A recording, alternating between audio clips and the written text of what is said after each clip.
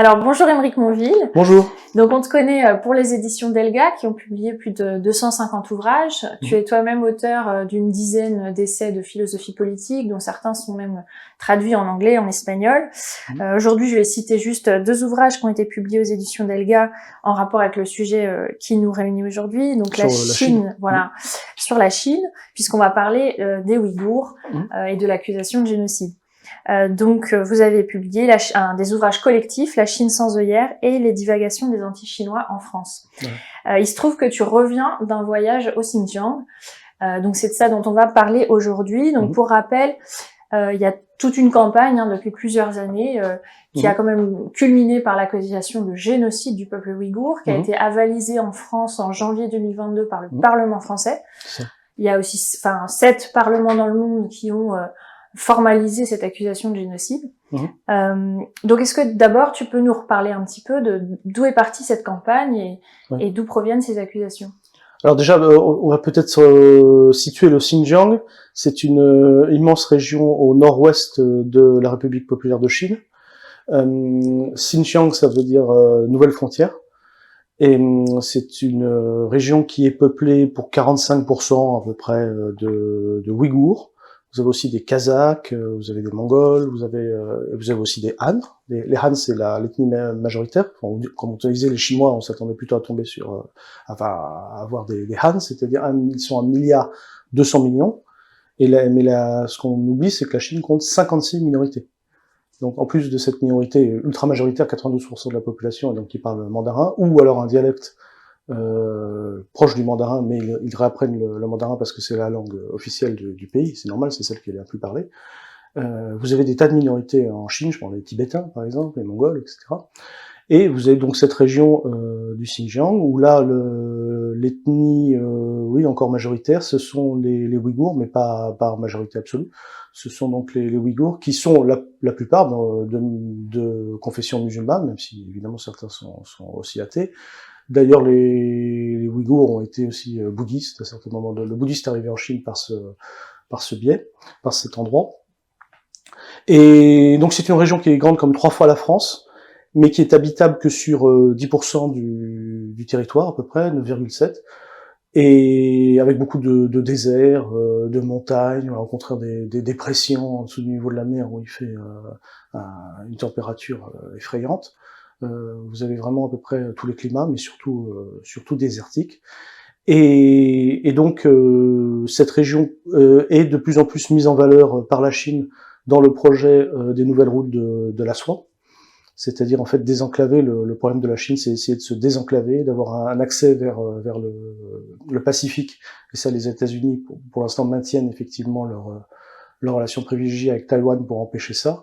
De l'autre côté, ça serait effectivement augmenter un certain nombre de liaisons ferroviaires, notamment avec l'Ouest, en réactivant justement ces routes de la soie qui remontent jusqu'à l'Antiquité, et par lesquelles est passé aussi Marco Polo.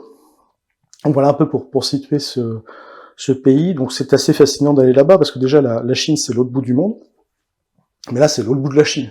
C'est-à-dire que nous, il faut faire Paris-Pékin, et puis après on fait Pékin-Kashgar. Kashgar, c'est vraiment tout à l'ouest, là, effectivement, du Xinjiang.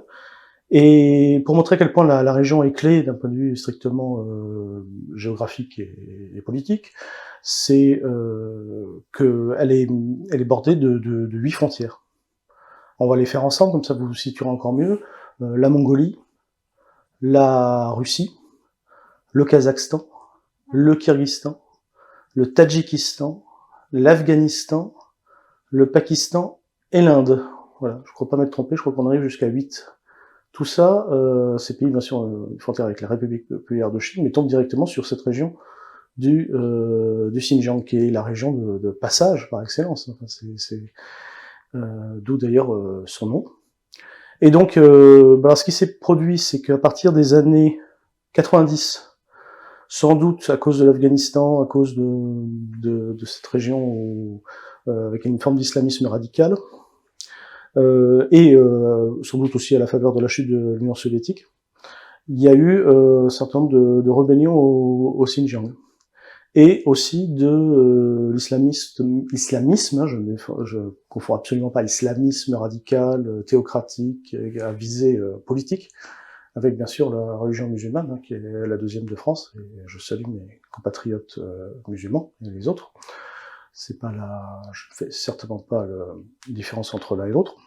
Mais voilà, donc il y a eu un terrorisme djihadiste épouvantable des années 1990 jusqu'en décembre 2016. Alors on sait même, depuis décembre 2016, la situation est totalement sous contrôle de ce point de vue-là. La Chine a en fait vaincu le terrorisme, mais vraiment éradiqué toute possibilité de résurrection. Il y a un calme maintenant dans cette région de ce point de vue-là.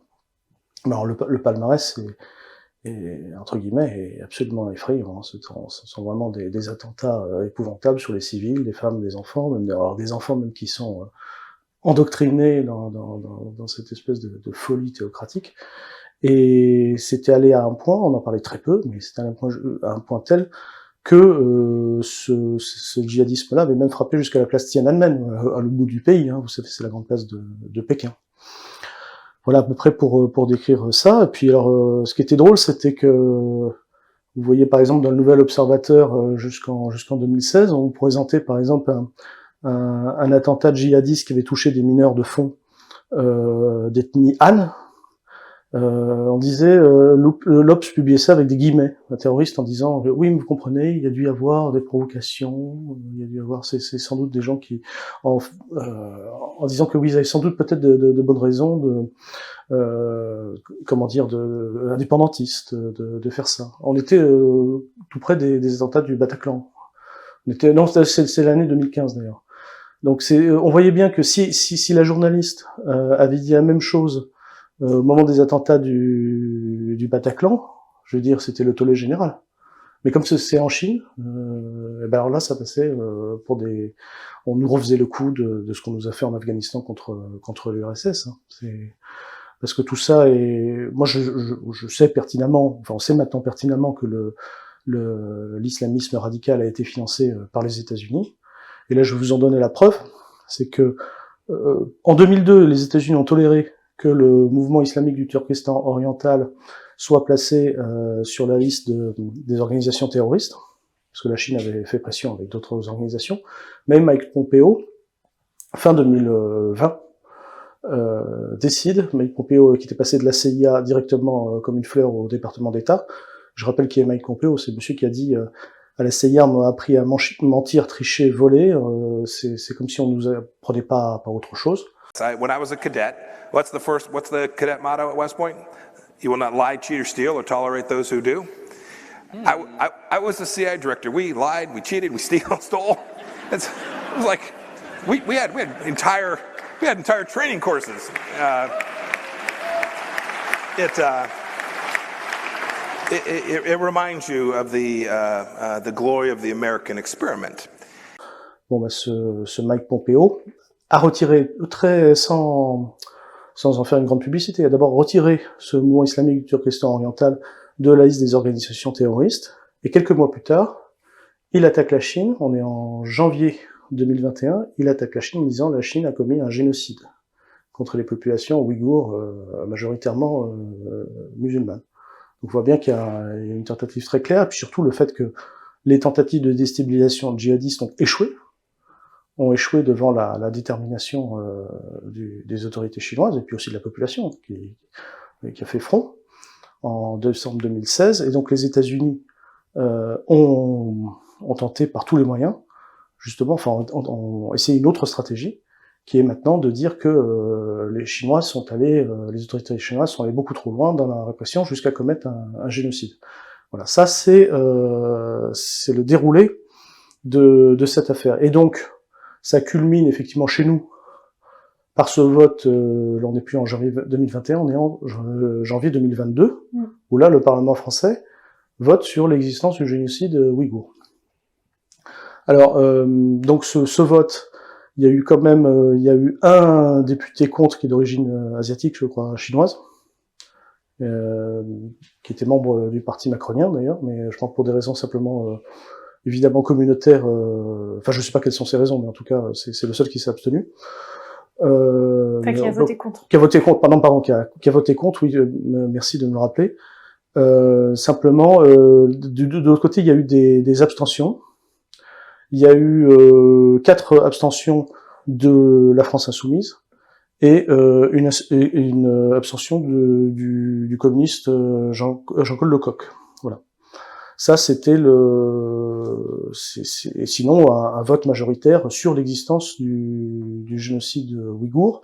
Ce qu'il faut savoir aussi, c'est que cette campagne en fait a été fomentée donc par Mike Pompeo sous la mandature Trump, et que c'est quasiment le dernier discours de Pompeo en charge, parce qu'en fait, vous savez, les élections se font fin 2020 et 2021, il y a l'intronisation du nouveau président américain. Et donc, en fait, il refile le bébé si je puis dire, aux démocrates. Et les démocrates ont validé cette thèse, donc continue. Là, ce qui me frappe là dans cette histoire, c'est qu'il y a une unanimité de la campagne américaine, dans le camp républicain comme dans le camp démocrate, contre la Chine. D'ailleurs, d'une certaine manière, je suis assez frappé par cet unanimisme, alors qu'au contraire, on peut voir que c'est pas la même tendance sur la Russie, par exemple, que ce soit chez les démocrates et les républicains. Mais en même temps, je suis assez frappé, c'est que je vois bien que un certain nombre de gens qui pourraient avoir certaines indulgences à droite pour la Russie, le discours qu'ils sortent, c'est, je pense par exemple au petit-fils du général de Gaulle, c'est de dire il faut pas laisser la Russie, qui est quand même en Europe, comme disait de Gaulle, c'est la France de l'Atlantique à l'Oural, il faut pas la laisser la Russie dans la main des Chinois. Donc à droite, vous avez des gens qui peuvent défendre la Russie avec une vision européenne, mais vous n'avez pas un véritable internationaliste qui comprend que vous avez des peuples qui sont victimes de l'impérialisme américain et d'une politique tout à fait concertée. Donc je trouve qu'on est bien seul de ce point de vue-là, mais on est sans les Américains, et tant mieux d'ailleurs. D'une certaine manière, il faut comprendre d'où vient cette politique. Elle est globale, que ce soit Trump ou Biden, c'est la même chose contre la Chine. Et la Chine, en fait, elle n'est pas en première ligne par rapport à la Russie, si je pense même aux populations du Donbass, qui sont les premières victimes là, des manigances américaines depuis 2014 en Ukraine. Ça, c'est la ligne de front, on est d'accord. Mais la Chine est bien sûr la ligne de mire, c'est ce qui leur fait extrêmement peur, parce que c'est une puissance économique gigantesque. C'est encore un pays en développement, parce qu'il y a tellement de bouches à nourrir que ce PIB énorme est encore à répartir beaucoup de population, mais c'est un peuple qui va totalement de l'avant, qui a très très bien compris de quel type d'agression il était l'objet. Et donc ces accusations de génocide participent de la même politique. C'est une politique délibérée pour salir le Parti communiste chinois et sa politique. Alors on y reviendra justement en prenant les accusations un peu une par une et comparer un peu avec ce que tu as vu. Et peut-être à ce moment-là, tu reviendras aussi sur les sources de ces accusations et quelles étaient les preuves ou les éléments à charge. Mais déjà pour commencer, est-ce que tu peux nous dire dans quel objectif t'es parti au Xinjiang et dans quel contexte aussi s'est fait ce voyage? Alors je dois dire tout de suite que j'avais des préjugés pro-chinois, enfin pro-gouvernement chinois, avec l'idée d'aller là-bas. C'est-à-dire que je pensais très clairement ne pas découvrir un génocide en allant là-bas. Pourquoi? Pour différentes raisons, mais c'est pas simplement idéologique ou qui résulterait d'un bourrage de crâne dans mon enfance, aussi simplement parce que j'ai étudié le dossier avant. Je voyais bien que ça reposait sur vraiment rien. C'est-à-dire qu'à chaque fois qu'on remontait en fait les preuves ultimes, ou alors à la rigueur quelqu'un qui en cite un autre, on se rend compte très très vite qu'on tombe sur des organisations type l'ASPI australienne, qui est en fait financée par le département américain, ou sinon des organisations financées par la NED, National Endowment for Democracy, elle-même financée par la CIA. Alors vous avez le monsieur qu'on a mis en avant, c'était Adrian Zenz, un Allemand d'extrême droite, qui en fait, je dis d'extrême droite sans aucun problème, parce que il suffit de voir son livre qui est vendu partout, où il parle de ses préjugés donc anti-avortement, donc c'est évidemment la politique de l'enfant unique chinoise lui paraît un génocide en soi déjà. Mais si vous savez que les Chinois ont mis fin en 2015 à cette politique, mais bon, en même temps, on peut imaginer qu'elle a été sans doute nécessaire, sinon c'était un véritable problème. Ça a été pensé par Zhou Enlai 30 ans auparavant. Donc voilà à peu près ses préjugés. Il se dit guidé par Dieu pour punir la Chine communiste. Il est membre de plusieurs organisations anticommunistes. Il est antisémite au dernier degré, c'est-à-dire qu'il pense que si les Juifs ne se convertissent pas à sa vision du christianisme, ils seront punis dans un brasier. Enfin, vous voyez toute la panoplie et puis homophobe, etc. Bon, toute la panoplie du mec d'extrême droite. C'est lui à chaque fois les sources sur stérilisation forcée des femmes, ce genre de campagne. Pour ce qui est par exemple du travail servile dans les champs de coton, là on retrouve justement la spie australienne et puis surtout des intérêts économiques dans l'industrie textile, parce que ça a permis d'organiser des campagnes de boycott. Je vous raconterai ce que justement, moi j'en ai vu des champs de coton, donc je vous raconterai ça. Donc effectivement, l'accusation de génocide, oui, surtout par exemple, quand ils arrêtent avec le terme de génocide parce qu'ils ont beaucoup de mal à prouver, ils vont dire mais si, il y a un génocide au moins culturel. Alors génocide au moins culturel, c'est quoi? C'est la langue, persécution de la langue et persécution de la religion. Alors persécution de la langue, moi je savais très bien, il suffit de regarder sur Google Earth, vous n'avez même pas besoin d'y aller. Vous savez ce que c'est que Google Earth, si vous cherchez une adresse dans votre pays, vous trouvez facilement quelques photos à différents moments de l'année. Bon, vous verrez très bien que au Xinjiang, la plupart des panneaux officiels, enfin tous les panneaux officiels sur la route sont en bilingue. Alors bilingue, c'est quoi les langues? Donc c'est majoritairement donc le mandarin, donc écrit en caractères les idéogrammes chinois, et enfin qui sont pas tous des idéogrammes d'ailleurs, enfin en tout cas les caractères chinois, voilà, c'est le terme exact scientifiquement, et cet alphabet arabe qui sert à noter le ouïghour. Là une petite précision, le ouïghour, comme beaucoup de langues turciques, c'est-à-dire proche du turc, mais le turc est lui-même un descendant de tout ça, c'est pour ça qu'on ne dit pas langue turque, on dit langue turcique. Le ouïghour a d'abord été noté comme beaucoup de langues de la région, dont il est proche, d'ailleurs il est très proche du kazakh. Le Kazakhstan, vous savez, était en URSS, il se comprennent à 90%. La langue dont il est encore plus proche, c'est l'ouzbek, sauf que l'ouzbek a perdu son harmonie vocalique du fait de l'influence du persan, qui lui était une langue indo-européenne. Bon, peu importe. Enfin voilà, ces langues ont d'abord été notées en cyrillique, puis après la rupture sino-soviétique en alphabet latin, comme l'est le pinyin, qui est la transcription du mandarin, c'est le pinyin qui est en caractère latin, et après, sous Deng Xiaoping vers 1980, on s'est dit que pour rapprocher les Ouïghours de leur culture, alors bon, on s'est dit l'idée a été justement de leur permettre de maîtriser l'alphabet arabe pour se sentir plus proche du Coran. Enfin, vous voyez, c'était vraiment, et c'est un effort qui n'avait pas été le choix de l'URSS, par exemple.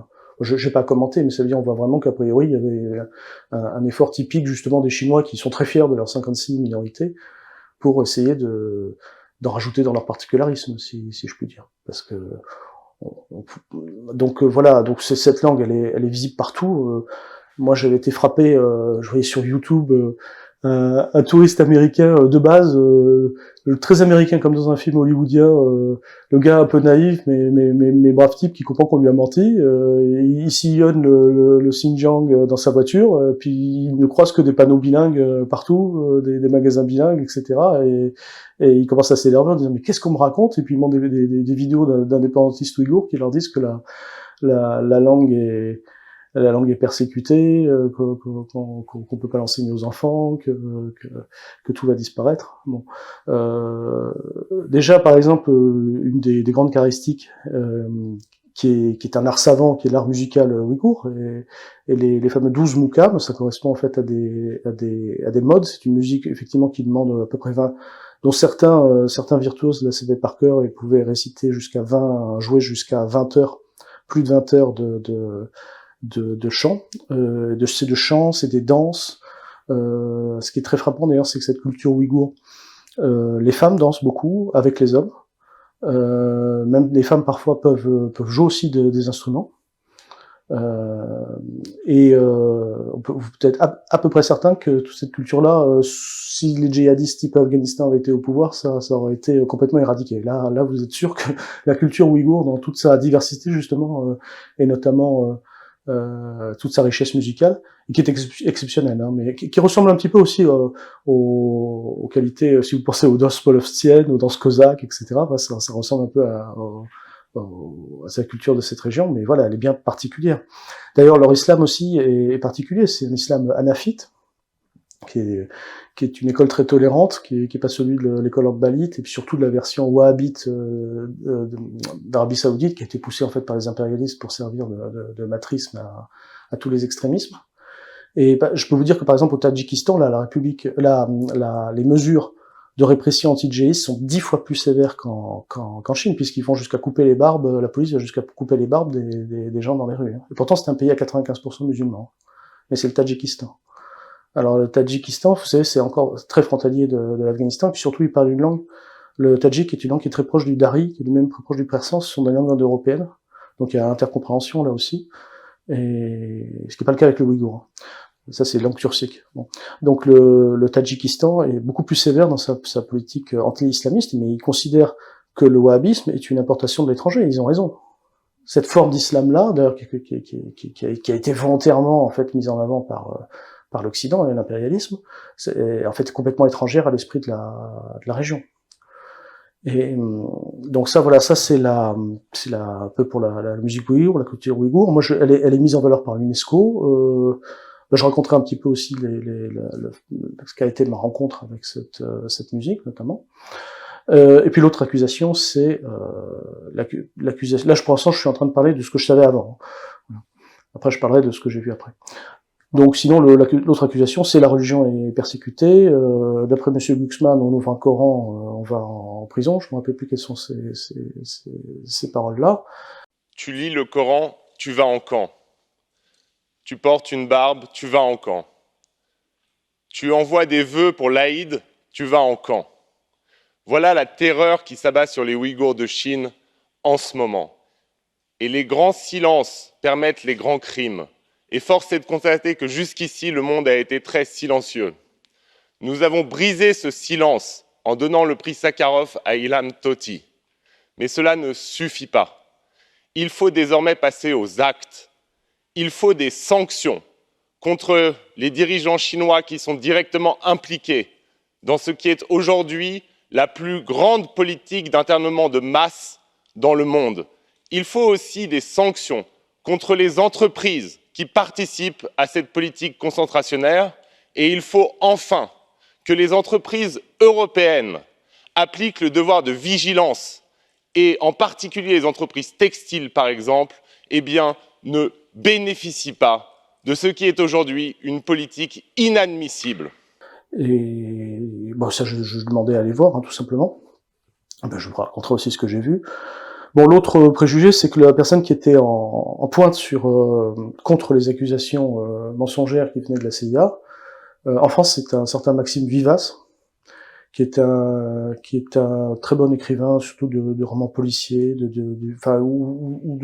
différents romans, qui a écrit aussi beaucoup de pamphlets antifascistes, notamment contre Robert Ménard, contre l'extrémisme d'extrême droite tibétain. Voilà, et il anime le site qui s'appelle Le Grand Soir, qui est un site anti-impérialiste. Donc moi j'ai fait sa connaissance. On a fait après il a d'abord fait un livre sur Ouïghours pour en finir avec les fake news aux éditions La Route de la Soie, qui est un éditeur spécialisé dans la Chine. C'est dommage d'ailleurs qu'on ne soit pas rencontrés avant, parce que on aurait pu le faire ensemble, mais peu importe. Après on a fait des livres collectifs avec Jean-Pierre Page, ancien responsable international de la CGT et lui, donc notamment La Chine sans œillère, La Russie sans œillère. Quand il y a eu un rapport de pro-OTAN écrit par l'école militaire française, on a fait une réponse à 3, parce que je me retrouvais moi aussi dans ce rapport. Sur ce sujet des Ouïghours Non, pas que, sur la Chine en règle générale. En fait, de toute façon, ils nous reprochaient le livre précédent. Voilà, donc on a appris à se connaître, j'allais dire intellectuellement, parce que on vit pas dans la même ville. Hein. Moi, je suis parisien et lui est toulousain. Mais bon, simplement, j'ai très bien compris qu'il était, sans rentrer dans les détails, hein, on est des gens plutôt pudiques, on connaît pas rien de nos vies privées, mais je vois très bien quel est son profil politique, c'est une évidence. Et quand j'entendais dans la presse, parce qu'il a été calomnié, traîné dans la boue par Libération, par d'autres journaux, comme un dingo, rouge-brun. Sur rouge-brun, c'est absurde, puisque il est de famille antifranquiste, enfin, ou de réfugiés ou économiques ou politiques espagnols dans le sud-ouest, hein, comme beaucoup tous les gens qui connaissent le Sud-Ouest savent que c'est une question essentielle. Et donc effectivement, c'est quoi son histoire en fait? Il était, d'après ce que j'ai compris, il a participé à une expédition de journalistes, enfin une rencontre de journalistes au Tibet. Ils étaient une quarantaine. Donc il y avait des journalistes français, je sais pas, de Figaro, Le Monde, etc. Et donc il est revenu comme ça se fait souvent. Hein. Vous avez des organisations qui sont, enfin des visites qui sont organisées. Simplement après, bon, les journalistes réagissent plutôt différemment. Des fois, bon, ils quittent un peu le groupe, ils sont quand même assez libres de leur mouvement, et puis chacun fait un peu son papier. Et donc lui, il a fait un compte rendu sur le Tibet, sur Lhasa. Bon, effectivement, la théocratie, déjà, sa famille, d'une certaine manière, a subi le Christ roi franquiste et tout ça, donc il aime pas trop la théocratie. Donc effectivement, le côté Abid Cluny, le féodalisme tibétain, qui a pris fin, je le rappelle, en 1949, hein, quand l'armée populaire de libération est arrivée à Lhasa, avec, je rappelle, l'espérance de vie à 35 ans hein, dans ces régions. Bon, effectivement, lui, le bouddhisme tibétain, il n'a pas la même vision que le bobo parisien dans le 11e, et vous savez qu'il y avait une campagne, ça aussi c'est comme une motivation assez claire, c'est que, il y avait 10-15 ans, il y avait une motivation, toute une campagne sur le Tibet, orchestrée notamment par Robert Ménard. Alors ça avait été jusqu'à attaquer en 2008 la jeune fille paraplégique chinoise qui portait la flamme olympique, et ils avaient essayé de lui arracher des mains. Alors, vaillamment, elle avait gardé la flamme. Enfin, ça avait suscité un tollé. Enfin, même Sarkozy à l'époque avait dû s'excuser, quoi, parce que c'était vraiment ridicule et puis, enfin, vraiment lamentable, quoi. Et donc on nous parlait déjà de génocide, etc. Et puis bon, alors maintenant, les gens ont commencé à comprendre qui était le Dalai Lama quand il tire sa langue en disant à un enfant de lui lécher la langue. Bon, je crois que tout le monde a compris à peu près quel personnage c'était. On sait toujours pas qu'en fait ce sont des porteurs d'idées féodales. On sait rien sur le voyage d'Harrer, la mission nazie des nazis dans les années 30 au Tibet. Bon, ça c'est des choses. Pourtant, on a publié récemment un livre qui s'appelle Croix gammée sur le Tibet du professeur Albert Ettinger qui raconte très bien ça. Voilà. Mais néanmoins, bon, ça retombe un peu sur le Tibet. Et puis là, je crois que c'est vraiment foutu parce que ce Dalai Lama c'est un imbécile en plus. Hein, donc, on voit très bien qu'il sait pas du tout. Enfin, en plus, bon, de ce qu'il représentait politiquement. Je pense que ça marche plus du tout dans l'opinion, donc ils ont essayé visiblement les Ouïghours. J'allais presque dire, on peut anticiper comme Le Verrier avait découvert la planète Neptune juste par le calcul mathématique, sans l'observer, on sait qu'elle existe. C'est-à-dire que peut-être que, évidemment, si on tourne dans le sens des aiguilles du montre, la prochaine campagne, ça sera la Mongolie intérieure, pourquoi pas, hein. Mais à chaque fois, les Américains vont trouver quelque chose. Puis si c'est pas Taïwan, c'est Hong Kong, etc., ça fait partie de ce genre de campagne. Donc effectivement, oui, quand je voyais qu'on essayait de faire passer Maxime Vivas, qui est un militant, je veux dire, marxiste en fait, anti-impérialiste, pro-Venezuela, pour une espèce de fou furieux rouge-brun, évidemment, j'y croyais pas, quoi. Donc voilà, oui, il a commencé donc cette campagne au Tibet, enfin comment dire, ce voyage médiatique au Tibet. Il a fait ce voyage, ce livre contre le Dalai Lama, puis plusieurs années plus tard, hein, je crois qu'on est en 2016, il va au Xinjiang, qui était encore là sous période d'attentat, et puis il y retourne 2 ans plus tard à l'invitation du Bing Tuan, ça je dirais ce que c'est, et là il fait un livre avec son épouse qui s'appelle Le Retour des Hirondelles, un livre sur la région, hein, qui est très belle, voilà. Et là, c'était donc la possibilité de partir avec lui. Voilà, quand j'ai vu qu'il y allait, j'ai voulu être de la partie pour me rendre compte par moi-même. Voilà. Donc tu es parti avec Maxime Vivas, mais voilà, dans quel cadre? Est-ce que tu peux... Oui, donc j'ai appris que Maxime Vivas retournait pour la 3e fois au Xinjiang, là dans le cadre d'un voyage organisé où il avait demandé à visiter des lieux particuliers pour pouvoir se rendre compte. Et c'était organisé par l'ambassade de Chine en France, hein, il ne s'agit pas de le cacher, ce qui a permis en fait d'un point de vue strictement logistique de nous mettre à disposition interprètes, bus, pour voir beaucoup de choses très vite. Et surtout de voir le maximum de choses possibles. Et Maxime Vivas avait demandé à visiter tel lieu, tel lieu, tel lieu. Hein. Donc, notamment par exemple ce qu'on présente comme des camps de concentration, et qui sont en fait des centres de formation pour jeunes radicalisés et de déradicalisation en fait. Par exemple des choses comme ça. Et surtout de voir le maximum de choses. Donc, effectivement, il y a une limite au voyage organisé. Mais comme je vous explique, par exemple, sur le voyage au Tibet qui me racontait, plein de journalistes qui sont invités comme ça. Le jeu, c'est profiter un petit peu de la logistique sur place et de pouvoir, disons, sortir le soir, marcher un peu, on veut se rendre un peu compte, poser des questions, aller à l'endroit où on vous attend pas, etc., pour se rendre compte un peu de ce qu'on peut faire. Donc effectivement, je ne prétends absolument pas qu'on a fait tout le Xinjiang, comme je vous dis, c'est 3 fois la France. Mais les grandes villes que j'ai faites, c'est Kashgar, qui est la grande ville ouïghour, le centre culturel ouïghour. Donc je me suis beaucoup baladé. C'est Urumqi, donc qui est la capitale régionale. La ville de Shihodze, qui était une ville qui a été bâtie de toutes pièces par les soldats paysans de Mao, c'est-à-dire qui ont abandonné l'épée pour prendre la charrue, en fait, ne pas contester aux populations locales l'eau, qui est un bien rare dans cette contrée. Des excursions à la campagne qui me donnent pas, de ce point de vue-là, un point de vue suffisant pour parler des campagnes, je reconnais, donc j'en dirai pas grand-chose. Et même des centres touristiques pour voir comment la région se développe du côté de l'est des Monts Célestes. Donc voilà, moi ce que j'ai vu, c'est quand même les deux grosses villes hein, que sont Kashgar et Urumqi. Bon, ce qui m'a frappé en arrivant, parce que je trouve que comme c'est assez représentatif, une ville dans laquelle on peut déambuler sans aucun problème, d'immenses villes. Bon, notre avion avait 7 heures de retard, et donc j'arrive à Kashgar, effectivement, en plein milieu du bazar de Kashgar, en pleine nuit, une profusion de gens dans les rues, de lumière, une certaine forme de richesse d'ailleurs dans les habillements, dans les magasins. Alors oui, comme je l'ai dit dans les articles que j'ai faits, les gens vont reprocher à Maxime Vivas à 80 ans de ne pas s'être mis au mandarin. Bon, moi j'ai eu la chance, comme beaucoup de jeunes de ma génération, d'avoir accès à certaines langues vivantes. Donc moi j'ai toujours eu un niveau de survie en mandarin qui fait que je peux me sortir du groupe, isoler du groupe. Donc qu'on me fasse pas ce procès, je pouvais être autonome, pouvoir me balader quand je voulais, quitter le groupe, revenir, etc. Le soir, quand j'étais à l'hôtel, je sortais, j'allais manger quelque part et je pouvais revenir.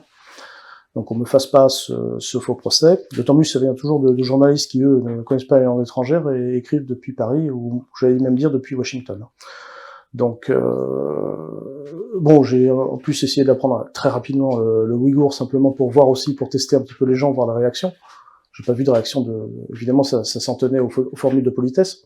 Mais d'ailleurs, vu la proximité avec les langues turques, je pense qu'il faudrait envoyer quelqu'un d'origine turque là-bas. Je pense qu'il se débrouillerait très très vite. Bon, j'ai pas du tout vu de réaction de panique quand on parlait turc, évidemment. Enfin, excusez-moi, quand on parlait ouïghour, puisque d'ailleurs la langue est sur tous les panneaux. J'ai même vu des membres du Parti communiste dans l'avion ouïghour. Alors, je lui ai demandé de photographier. Bon, a priori, il souhaitait pas. Peut-être que c'est pour des raisons de sécurité, je ne sais pas. Peut-être non. Bon, voilà. Mais en tout cas, je pense que n'importe qui peut vérifier qu'il y a des membres du Parti communiste ouïghour. Ils participent à la société. J'ai vu des gens chargés de la culture de manière très officielle. Donc, et puis surtout, bon, moi je voyais des gens dans les rues, je me suis baladé en plein dans le bazar de Kashgar, qui est immense, en pleine nuit, discuter avec des gens, on prenait des photos souvenirs, quoi, avec des gens dans la rue, en les arrêtant, ce qui est vraiment, c'est même des femmes très souriantes se prêtaient au jeu, tout simplement, il n'y a pas eu tout de problème. Moi, ce qui m'a frappé en arrivant à Kashgar, c'est profusion de mobylettes, des jeunes femmes, cheveux au vent, qui donne vraiment une impression de liberté quand même, d'aller où elles voulaient, quand on pense qu'il y a une frontière avec l'Afghanistan tout près, hein, où si ces femmes en fait tombaient, je veux dire, moi ça m'amuse qu'une femme comme Clémentine Autain soit à fond sur la cause ouïghour, enfin ce qu'elle croit être la cause ouïghour. Enfin, si le Xinjiang était devenu le Turkestan oriental, je peux vous dire que la moitié de la population perdait tous ses droits, mais en tout, hein. C'est-à-dire les femmes derrière les rideaux, lapidation et compagnie, hein. Donc c'est d'abord ça qui m'a frappé, moi, cette espèce de profusion, relative richesse, hein. Tous les endroits sillonnés, je voyais des gratte-ciel pousser partout. Et puis effectivement des gens quand même très libres qui vous abordent dans la rue. Alors il y en avait donc certains qui étaient un peu refroignés comme des paysans d'autrefois, d'autres au contraire qui sont curieux parce qu'ils voient des Européens. Et il y en a très peu. Et on comprend pourquoi il y en a très peu avec la campagne qu'il y a. En revanche, oui, ce qui est frappant aussi, c'est beaucoup de touristes chinois, enfin Han, beaucoup plus, enfin, qui se reconnaissent, enfin, entre les Ouïghours et les Chinois, on voit tout de suite, je veux dire, en fonction sur les yeux, notamment, ça se voit tout de suite. Donc, ils sont très différents les uns des autres, mais on en voit autant des uns que les autres. Alors, j'allais même dire que ce soit plus à Kashgar qu'à Urumqi, parce que Urumqi, c'est beaucoup plus administratif. Et pour ce qui est de Kashgar, bon, je voyais vraiment des régions même, enfin des choses tout à fait touristiques avec des tas de gens qui vendent des tas de produits locaux dans les rues. Alors les Ouïghours ont toujours leur costume traditionnel sans aucun problème. Et ce chapeau un peu à forme carrée, notamment les femmes aussi le portent souvent. Voilà, j'ai pas vu du tout.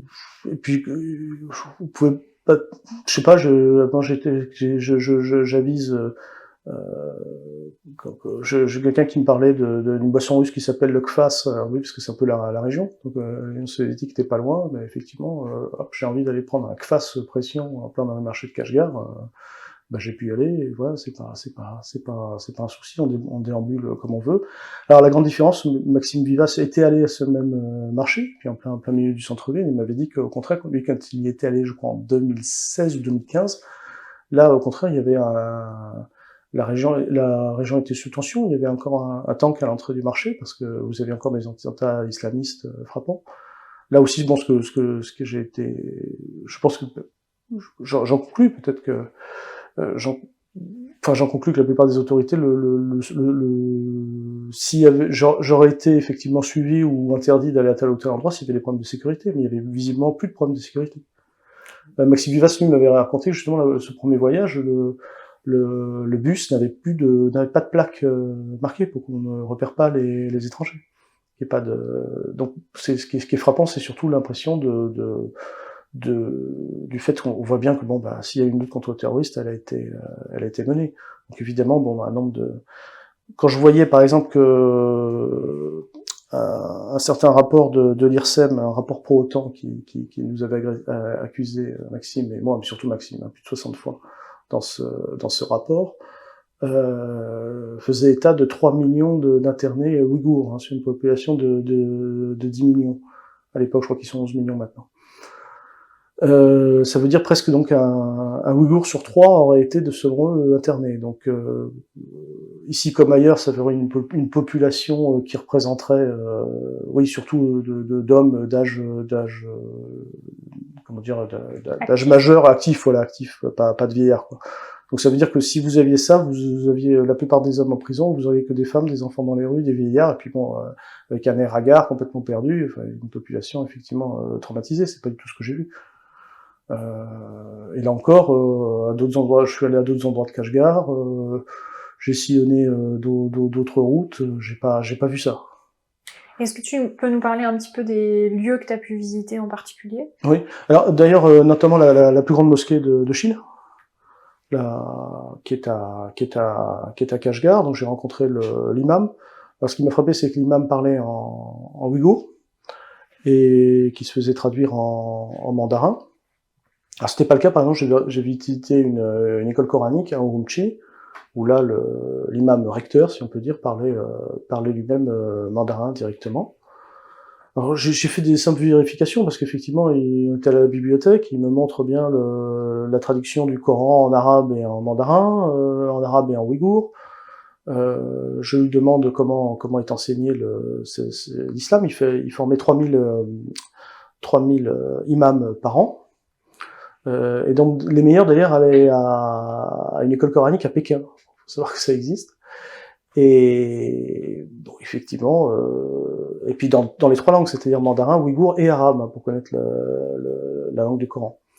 Bon, moi, je connais pas grand-chose de l'arabe, mais bon, je le lance sur le début de la Fatiha, Bismillah ar-Rahman ar-Rahim, excusez-moi pour la prononciation, évidemment, il continue, il me psalmodie en arabe, bon, c'était un vrai, hein, je pense que je tirais la barbe, elle tombait pas, hein, il n'y avait pas de problème. Et ce qui est drôle d'ailleurs, c'est quand on est arrivé là où Michel Bachelet, Maxime Vivas a entendu Michel Bachelet, il s'assoit pile à l'endroit où elle était à cette école coranique. Et il dit, bah moi j'ai demandé justement, il y avait plein de revues autour, j'ai des revues en ouïghour, en arabe, on voit des revues en mongol, en kazakh, il y avait tout ça dans la bibliothèque. C'est pour ça que les premières déclarations de Michel Bachelet, juste revenant là de sa visite en Chine, étaient assez modérées. Enfin, c'est une mise à parler, on ne sait pas pourquoi, du Tibet, qui n'avait rien à voir, elle était au Xinjiang, mais bon, voilà, je pense parce qu'elle n'avait pas grand-chose à dire. Néanmoins, juste avant le fait qu'elle quitte ses fonctions, un rapport qui n'était même pas signé d'elle a été publié, et là, on est revenu dans les mêmes, ça a été repris en main, quoi. Voilà. Donc ça, c'est une bonne... ça sont des choses que j'ai visitées, donc effectivement un complexe avec donc une université coranique et puis une mosquée à l'intérieur de Urumqi, donc en plus de cette mosquée à Itka à Kashgar. Bon, et puis j'ai visité aussi des champs de coton, on m'a demandé à visiter des champs de coton. Ce que je comprends en discutant avec des ingénieurs ici, c'est que la région de Shirotse représente à peu près 10% de la production nationale de toute la Chine. Hein. Donc sur les 5,9 millions de tonnes de coton que produit la Chine. Et donc elle a un rendement par rapport au mètre carré qui est absolument énorme et qui dépasse celui de l'Australie et des États-Unis. Donc il y a une nécessité évidemment d'augmenter le plus possible la mécanisation de la production. Et on a visité aussi une usine d'irrigation. Là, c'est comme l'eau est rare dans cette région. L'ensoleillement est magnifique, hein, ce qui explique aussi la possibilité de photosynthèse du coton, c'est exceptionnel. Mais l'eau qui vient des montagnes doit être utilisée de manière la plus automatisée possible, la plus mécanisée possible pour éviter la déperdition. Donc toutes les polémiques qu'on peut faire sur le travail humain sont complètement absurdes parce que il n'y aura pas de profit qui sera fait, plus on en paiera de personnes. C'est beaucoup plus l'on mettra la population dans les écoles pour faire des ingénieurs, pour comprendre ce processus. 40% des brevets maintenant sont déposés par la Chine. C'est parce que justement leurs enfants ils vont à l'école, ils vont pas justement dans les champs de coton ou dans des briqueteries comme en Inde. Il y a 10 millions d'enfants esclaves en Inde, hein, parce que là c'est un pays qui est complètement capitaliste, où là c'est l'anarchie de la production, et on voit ce que ça donne. Donc justement c'est les nécessités internes de la production d'un pays qui a décidé unanimement de produire, qui a choisi le développement et pour sa population de manière démocratique, de toute façon parie sur l'automatisation. Donc voilà, là nous avons la preuve par A plus B, justement ce gigantisme de la production crée les conditions vraiment d'un développement pour tout le monde. Et là nous étions aussi à Shirotse. Ce qu'il faut savoir, c'est que c'est une ville qui a été créée tout de suite après, en 1949. Pourquoi ? Parce que le président Mao avait décidé, Mao Tse-tung avait décidé qu'on n'allait pas piquer de l'eau à la population locale, on allait créer toute l'armée. C'est le général Wang Chun qui a décidé de créer donc cette ville pour en fait permettre d'irriguer, créer un système d'irrigation. Les militaires sont devenus des agriculteurs et ont créé en fait une ville nouvelle pour permettre justement de mettre en valeur toute cette région qui a à la fois énormément d'atouts et bien sûr des difficultés. C'est à la fois une région désertique avec ces montagnes, il faut arriver à amener l'eau.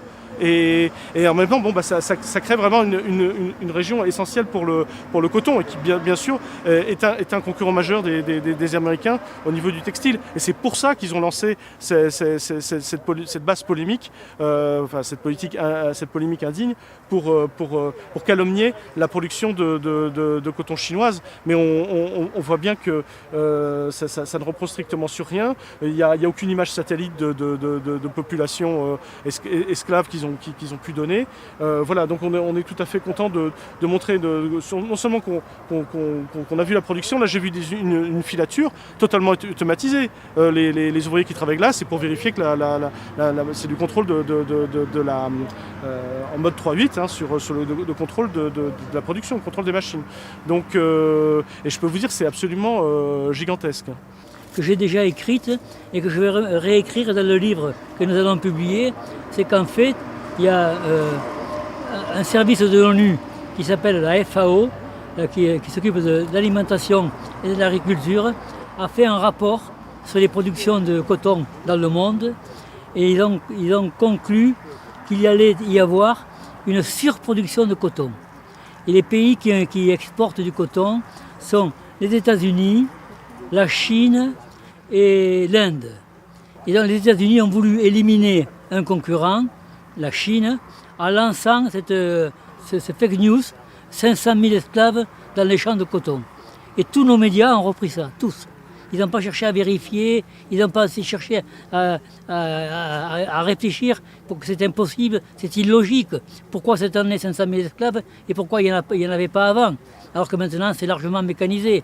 Et pourquoi on n'a pas vu de photos satellites avec des esclaves? Pourquoi et combien de milliers de gardes il faut pour 500 000 esclaves? Tout ça, ils n'y ont pas réfléchi. Simplement, les États-Unis lancent un mensonge et l'ensemble des médias français en tout cas les reprennent et les Français disent ben voilà, les t-shirts, le coton qui vient de Chine, il vient du Xinjiang, il a été fait par les esclaves. Et les Français répètent ça. Il y a même un footballeur célèbre en France qui avait un contrat publicitaire avec je ne sais pas quelle entreprise chinoise qui a rompu le contrat à cause des esclaves dans les champs de coton. Ils peuvent dire n'importe quoi, les médias, les Américains peuvent dire n'importe quoi, nos médias le répètent et ça devient une réalité. Et moi je savais, avant de venir ici aujourd'hui, que ce n'était pas vrai. C'est tout à fait illogique. C'est même pas la peine de venir le voir. On sait que c'est illogique, ça ne correspond pas à une logique quelconque. Les 500 000 esclaves, il aurait dû les trouver il y a 10 ans, peut-être, s'ils avaient voulu. Mais il y a 10 ans, ça ne les intéressait pas. Maintenant, c'est devenu pour important d'éliminer la Chine. Et comme ça, ils ont comme concurrent l'Inde, qui est un pays ami, voilà, et puis eux. C'est ça, l'explication est là.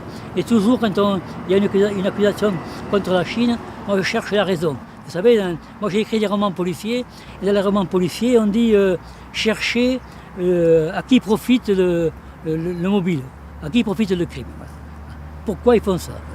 Dans le théâtre grec, quand quelqu'un parlait, pour savoir ce qu'il disait, pour comprendre, on lui disait « De quel lieu me parles-tu » Si tu me parles depuis les États-Unis, il faut que je vérifie. Si tu me parles de la Chine depuis les États-Unis, il faut que je vérifie. L'information sur les 500 000 esclaves, à qui ça profite? À qui profite le crime? Ça profite aux États-Unis. Donc il faut toujours chercher ça. Et moi, c'est un peu mon travail de faire ça. Je suis un peu spécialiste des médias et je fais ça. Pour moi, c'est pas très difficile. Bon, alors là, c'est intéressant parce qu'il y a une accusation de travail servile.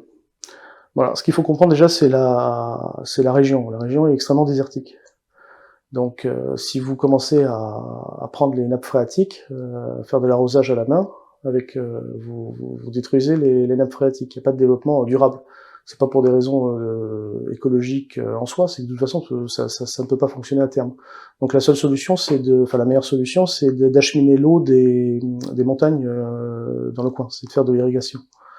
Et donc tout est automatisé à 95%, ne serait-ce que pour avoir un arrosage par le sol, sous forme de tuyaux, pour éviter justement la déperdition d'eau. Et bon, il suffit de raisonner. La Chine aujourd'hui dépose à peu près 40% des brevets dans le monde. Bon, j'ai des ingénieurs qui m'ont dit que effectivement, peut-être qu'ils déposent un peu plus de brevets que nous par rapport à ce que ça représente. On peut discuter de ça, peut-être que c'est un peu moins, mais c'est comme gigantesque. Bon, en tout cas, c'est un pays aussi qui doit former à peu près 600 000 ingénieurs, c'est-à-dire à peu près ce que la France produit de personnes par an. Enfin, donc c'est aussi gigantesque. Donc l'intérêt de ce pays-là, c'est de mettre tout le monde à l'école et puis de sélectionner les meilleurs. C'est pas d'avoir du travail d'esclave, hein, en plus des gardiens pour surveiller ces champs de coton. Enfin, c'est vraiment absurde, quoi. Ça marche très bien parce que quand les Américains lancent une babale, d'autant plus qu'elle est anticommuniste et bien raciste, anti-chinoise, là, il y a tout le monde qui court après. C'est pas un problème. Et notamment la Libération. Et après, vous avez des députés comme Clémentine Autain qui lit Libération et qui veut plaire aux lecteurs de Libération, se faire élire par des lecteurs de Libération, etc. Et ça n'en finit plus. On peut continuer pendant des heures comme ça. Voilà. Donc simplement, je vois pas du tout l'intérêt. Déjà, j'ai vu ces installations et je vois pas pourquoi ils auraient pris une main d'œuvre servile pour le faire. Et quand je vois d'où ça vient, je vois bien que c'est l'industrie du textile qui veut lancer ça parce que c'est une grosse région de textile, effectivement. Voilà. Oui, donc Pas de génocide, pas de génocide culturel comme tu le disais, travail servile, un fort doute. Oui, génocide culturel, peut-être que j'ai oublié de dire, donc j'ai vu le grand théâtre de Urumqi, donc où j'ai vu une représentation de 3 Muqam sur 12, enfin j'étais vraiment sur de grands professionnels, hein. Et avec la statue du plus grand virtuose de cet art qui est mort dans les années 50. Et on voyait aussi l'histoire, par exemple, du musicologue Han, envoyé par le Parti communiste pour recueillir en fait le patrimoine, c'est-à-dire les gens qui le jouaient le mieux et qui ont été enregistrés justement dans les années 50, qui ont fait passer justement cette musique dans la notion de patrimoine en fait, tout simplement. Et c'est extrêmement mis en valeur. Et j'ai pris des photos. D'ailleurs, c'est quand j'ai publié l'article sur le Grand Soir, vous voyez aussi sur l'initiative communiste, c'est la photo que j'ai mise en avant parce que ça m'avait tellement frappé. C'est un joueur de dotar, vous savez, c'est un instrument. Le mot est d'origine persane, qui est à deux cordes, c'est extrêmement long, et qui joue dans l'aéroport d'Urumqi. Donc il y avait quoi? Il y avait on était à l'aéroport de Urumqi, les gens rentraient sur Pékin, vous avez plein de touristes Han sur leur portable, etc. Un peu fatigués par visiblement le voyage et qui rentraient chez eux. Et puis vous avez ce joueur qui chantait évidemment en ouïghour sur j'ai pris aussi la vidéo et qui jouait voilà, c'était un musicien professionnel. Et bon, il m'a pas paru le chant du cygne d'un peuple exterminé. Ça m'a pas fait cet effet-là. Voilà. Donc effectivement, alors j'ai pas visité de prison. Les conditions carcérales en Chine, je les connais pas. J'imagine déjà en France c'est pas fameux. J'imagine dans d'autres pays c'est pas mon sujet. Je couvre très bien s'il y a des observateurs étrangers qui vont dans les prisons de tel ou tel pays. Qui vérifient que les personnes qui sont emprisonnées le sont pour de justes raisons. Le terrorisme djihadiste mérite l'emprisonnement, ça fait pas ça ne pose pas de question.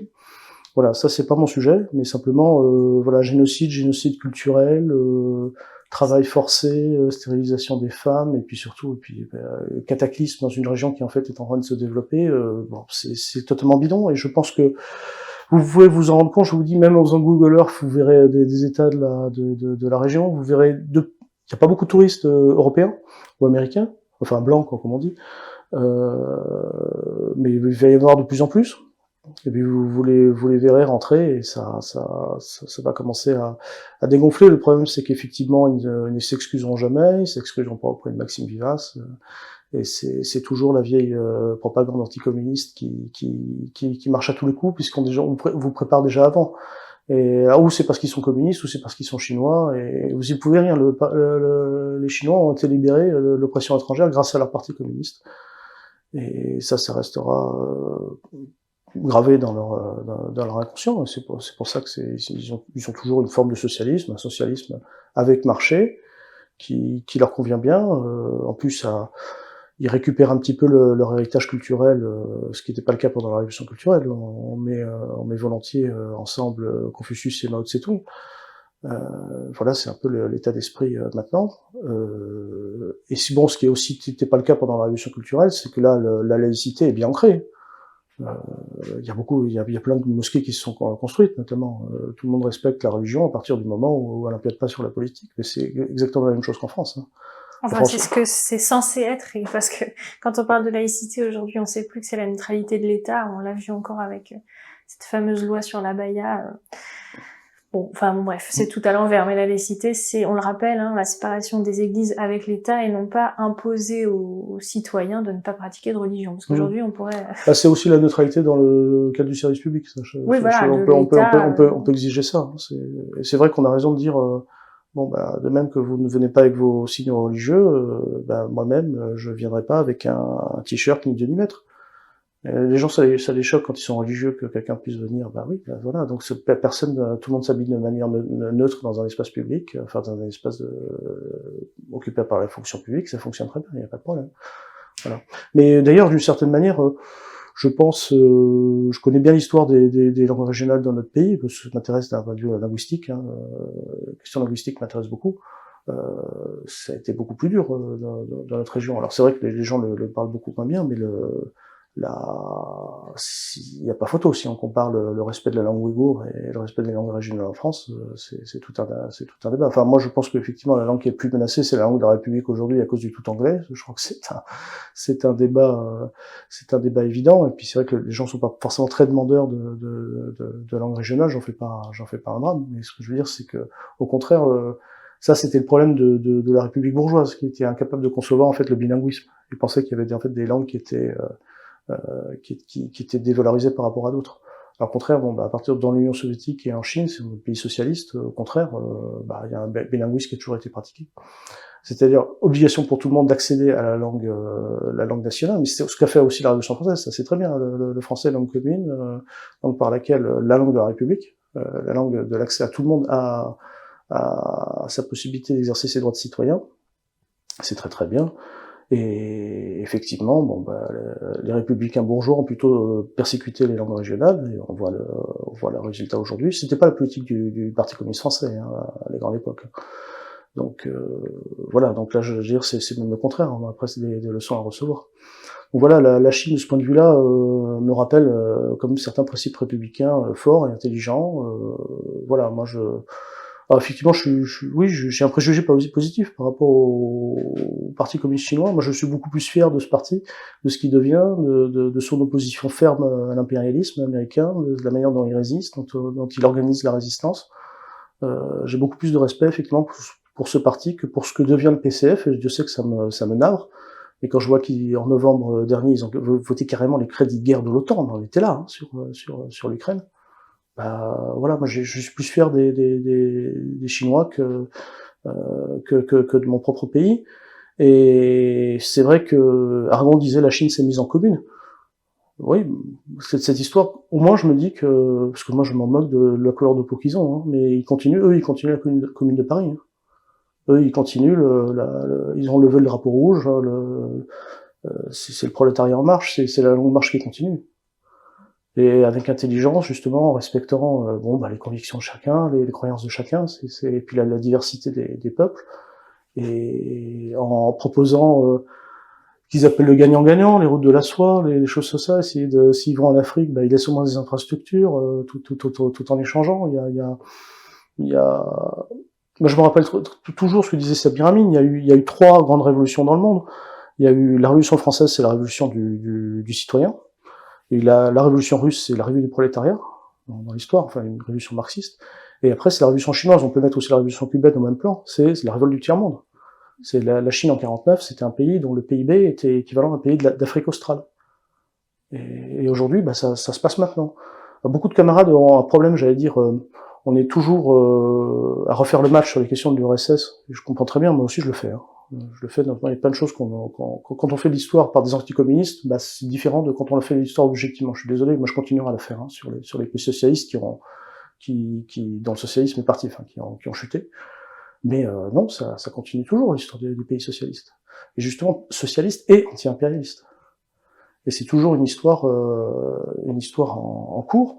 Alors évidemment, je parle sur une chaîne où on est un peu entre nous. Moi, je sais très bien, des gens comme Maxime Vivas ou moi, au moins on peut faire un travail objectif par rapport aux gens qui sont dans la mouvance communiste en règle générale, ou une partie de la France insoumise, pas celle de Clémentine Autain, franchement, ceux-là ils sont perdus parce ils étaient pro-Tibet, ils sont pro-Ukraine, ils sont pro-Ouïghour, c'est pas la peine. Mais je leur parle pas, je m'en moque. Et puis pour une bonne partie pour la droite, on est un bon rouge est un rouge mort, ça on le sait. Ça s'appelle la lutte des classes, ça choquera personne, c'est logique. Voilà. Mais voilà, je pense qu'au bout d'un moment, nos simples témoignages de bon sens, et qui seront pas les seuls, vont s'ajouter les uns les autres. On va arrêter de dire n'importe quoi sur le Xinjiang. Le problème, ce que je vois déjà, c'est que la presse va rétropédaler, déjà la rétropédale d'une certaine manière. Maintenant, on parle de normalisation. Alors on met des guillemets, attention, parce que ou alors Xi Jinping arrive et parle de stabilité politique. Guillemets. Alors, tout ce qu'ils ont à dire, c'est attention, on commente l'actualité chinoise et on met des guillemets parce que attention, ils sont communistes, attention, ils sont chinois, etc. Et on n'en pense pas moins. Ils en sont là maintenant. Bon, voilà. Alors quand est-ce qu'ils vont reconnaître qu'ils ont simplement embrayé sur une campagne des informations de propagande de guerre américaine à la Mike Pompeo? par des gens qui en fait avaient déjà financé le djihadisme dans leur pays, quand est-ce qu'ils vont le reconnaître? Jamais. C'est évident. C'est évident, mais je crois qu'il serait temps qu'on en tire les conséquences. À mon avis, là, quand vous voyez, vous avez encore à l'Assemblée un groupe de travail sur les Ouïghours qui est présidé par Olivier Faure et Clémentine Autain. Olivier Faure, c'est lui qui est à l'origine du vote au Parlement sur le génocide ouïghour. Vous avez, je crois, Raphaël Glucksmann qui va être pressenti comme tête de liste du PS, alors qu'il a commencé, ça ne tient rien, hein, mais c'est pas présenté comme tête de liste du PS aux européennes. Il faudrait demander à ces gens-là, bon, bah, vous êtes plus ou moins socialisants, donc vous réclamez de Jaurès, enfin, comme Jaurès, il est obligé, il fait partie de l'héritage à la fois des communistes et des socialistes, puisque la scission entre le PS et le PC n'a eu lieu qu'après sa mort. Comment vous pouvez-vous dire les héritiers de Jaurès, l'apôtre de la paix? Tout ce que vous notez, c'est que vous mettez à la traîne d'une campagne de guerre américaine qui vise en fait à nous amener à une troisième guerre mondiale, avec des arguments absolument lamentables. Ce qui est frappant effectivement dans ton témoignage, c'est, enfin, tu l'avais rappelé au début, mais c'est aussi, enfin, la faiblesse des accusations. C'est-à-dire là, ce dont tu peux témoigner, c'est ce que tu as vu. Évidemment, t'as pas tout vu, mais c'est l'absence de preuves aussi oui, c'est ça, ouais. Sur les accusations qui étaient portées, de stérilisation forcée, de génocide, etc. Et peut-être pour conclure ton... je veux dire, c'est la charge de la preuve leur incombe de ce point de vue-là, parce que bon, je veux pas faire tous les kilomètres du Xinjiang pour continuer à ça. Non, mais je dois dire, même d'une certaine manière, même dans l'administration américaine, vous voyez un gars comme Jeffrey Sachs, qui est un type intéressant, qui avait commencé à dire, mais arrêtez avec ça, parce que vous allez vous rendre ridicule. Donc, d'ailleurs, d'une certaine manière, autant je déteste la politique, je pense que les plus bellicistes sont les démocrates, on l'a vu sur la Russie, hein, mais c'est d'abord né d'un côté trumpien, avec des méthodes à la Trump, vraiment gros sabots, de télévision éthique. C'est ça un peu le problème de cette campagne. Sa faiblesse, en fait, c'est que les plus bellicistes, ceux qui ont vraiment une vieille politique rodée impérialiste de bombardement de populations entières, c'est les démocrates, c'est clair. Mais Trump aussi a voulu s'y mettre parce que lui, son sujet, c'est surtout les Chinois qui viennent voler le travail des ouvriers américains. Donc c'est lui qui a lancé ça. Il a lancé ça de manière gros sabot, comme un homme de télé qu'il est. Et les démocrates, évidemment, ne pouvaient qu'enchérir. Mais là, ils s'enferment. C'est tellement ridicule.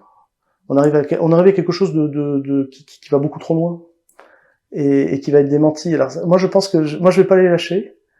Je pense que là, ils vont tout faire pour... je pense qu'un an plus tôt, je revenais du Xinjiang, j'étais crucifié, comme Maxime. Là, je pense que ça va être la conspiration du silence. Mais moi, je vais leur rappeler, je vais leur dire, qu'est-ce que vous avez dit? Pourquoi vous avez dit ça? Pourquoi vous avez suivi des fous d'extrême droite qui vous racontent ce genre de choses? J'aimerais bien, voilà, moi, tous ces gens de gauche, j'aimerais bien qu'ils nous expliquent pourquoi ils ont sorti ça. Et peut-être juste pour conclure, parce que tu as dit au début que tu avais pu visiter un centre de déradicalisation, je sais pas. C'était une formation pour jeunes qui avaient été effectivement pris dans la mouvance djihadiste et à qui on donnait des cours de constitution, de mandarin, à qui on en prenait un travail, à qui on faisait faire du sport. J'ai vu des gens qui faisaient des exploits en ping-pong, qui reste un sport très prisé des Chinois. Ping-pong, ils disent d'ailleurs, pas ping-pong. Et voilà, donc c'est ça que l'Occident présente comme un camp de concentration. Mais alors, si effectivement ils ont des photos de camps de concentration, bah qu'ils les montrent. Hein.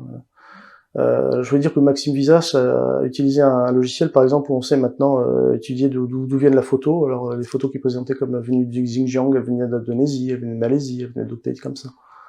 Donc tout est bidon de A à Z et bon, effectivement, bon, la question que je ne connais pas, c'est la question carcérale. J'ai pas, faudrait peut-être, je pense que, mais c'est là aussi, j'ai pas vu de gens précis faire un rapport sur les conditions carcérales. Aller là-bas, bon, bah voilà. Ou alors ils vont dire, bah si on va là-bas, on ne demande pas tout, etc. Mais les chiffres qu'ils produisent eux-mêmes, on sait pas d'où ils sortent. Donc si ce n'est de la CIA.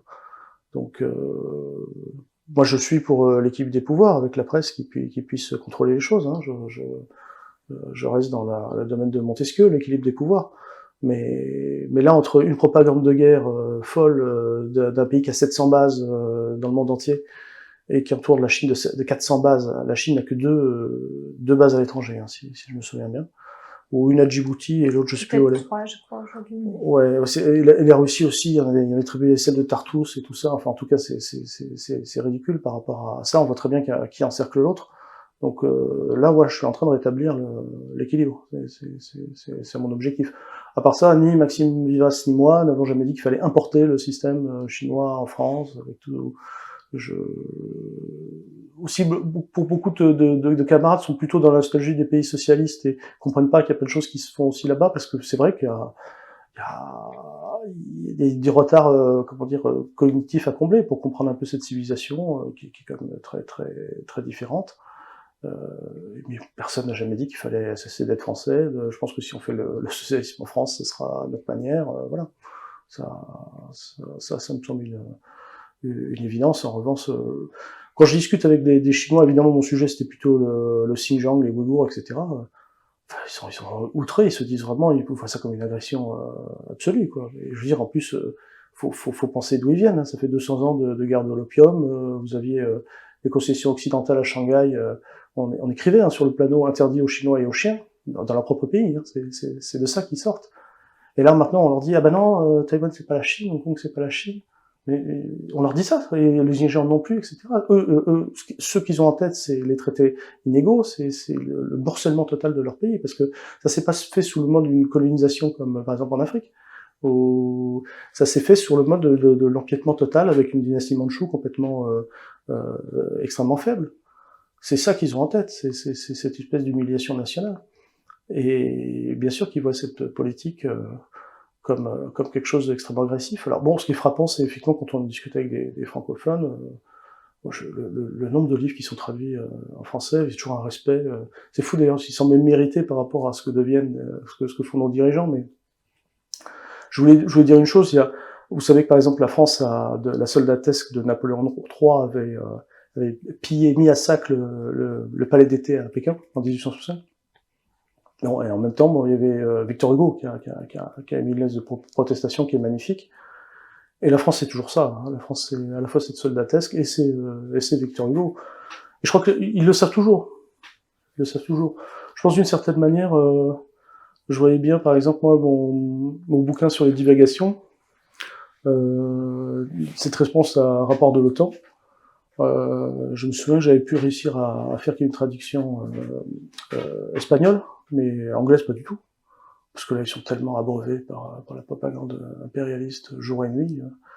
La France c'est un pays intéressant parce que voilà, un pays de conflictualité, donc je pense qu'il y a toujours des gens qui s'opposent à cet impérialisme-là. Ça reste un pays impérialiste, mais vous avez aussi beaucoup de gens qui sont capables de comprendre. Moi j'aimerais un peu plus, c'est que la gauche au-delà des revendications sociales qui sont tout à fait légitimes et que la plupart des gens savent bien défendre dans le pays, ça faut reconnaître qu'on a une très belle tradition, qui sortent un peu qui ouvrent un peu les yeux sur l'étranger, qui se rendent un peu compte de ce qu'on fait subir à d'autres peuples ailleurs.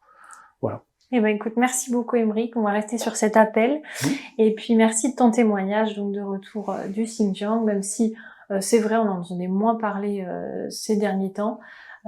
Mais à raison, parce que comme tu dis, c'est une campagne qui était un peu vouée à faire flop, et en tout cas c'est très important d'avoir un témoignage de terrain.